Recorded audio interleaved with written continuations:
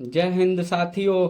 आप सभी को आज 23 मार्च, जिसे शहीद दिवस के रूप में मनाया जाता है, और हमारे भगत सिंह, राजगुरु, सुखदेव, इन लोगों को जो है 23 मार्च के दिन जनरल जेपी सैंडर्स की हत्या के जुर्म में जो है फांसी की सजा दी गई थी। हम अपना इतिहास जो है धीरे धीरे भूलते जा रहे हैं। हमारा युवा पीढ़ी जो है इन सब से दूर हटता चला जा रहा है।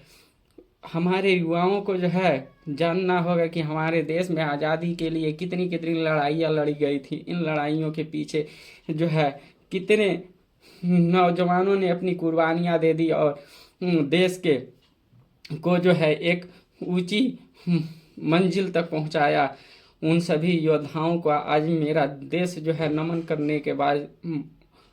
करने के पश्चात जो है वो भूलता जा रहा है। जो हमारे देश को जो है एक स्वतंत्रता के रूप में जो है अपना भरपूर योगदान दिया, उस योद्धाओं को धीरे धीरे हमारा जो है आने वाली पीढ़ियां भूल रही हैं। हमें जो है बचपन में ये स्कूलों में, कॉलेजों में ये बताया जाता था कि जो है किसने कौन सा कार्य किया और किसके योगदान से जो है हमारा भारत स्वतंत्र हुआ। आज की युवा पीढ़ी जो है धीरे धीरे भूलती जा रही है। ये स्कूलों में भी, कॉलेजों में भी बताना लोग भूल गए हैं। हमारे युवा पीढ़ी क्या आगे बढ़ेगा। कहते हैं कि युवाओं के हाथों में देश का भविष्य होता है, लेकिन आज के युवा पीढ़ी जो है इस भविष्य को आगे बढ़ाने के लिए जो है अपना योगदान बिल्कुल भूल चुकी है। कहते हैं कि अगर देश को कुछ माना हो तो मेरा कहा ये सहने लेना। अगर देश को कुछ माना हो तो मेरा कहा ये सहने लेना। सैनिक सामने आ जाए तो वंदे मातरम कह देना। देश को अगर कुछ माना हो तो मेरा कहा ये सह लेना।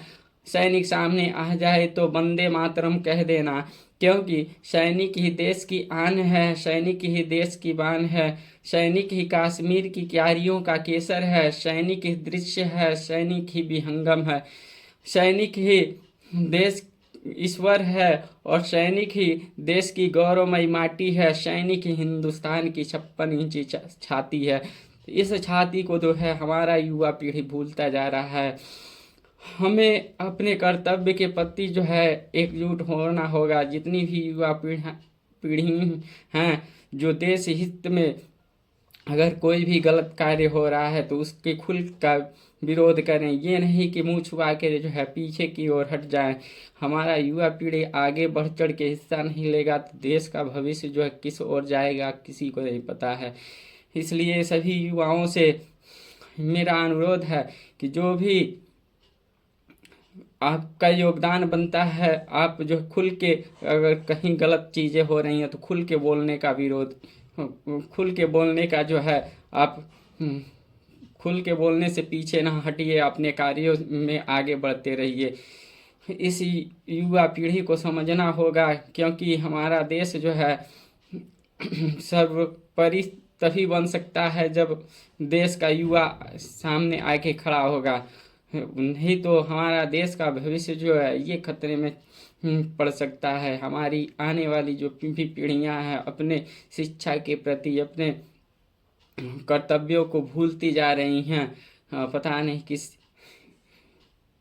जो है कह सकते हैं किस दशा में ये युवा पीढ़ी आगे बढ़ रहा है। ना घर की चिंता ना घाट का।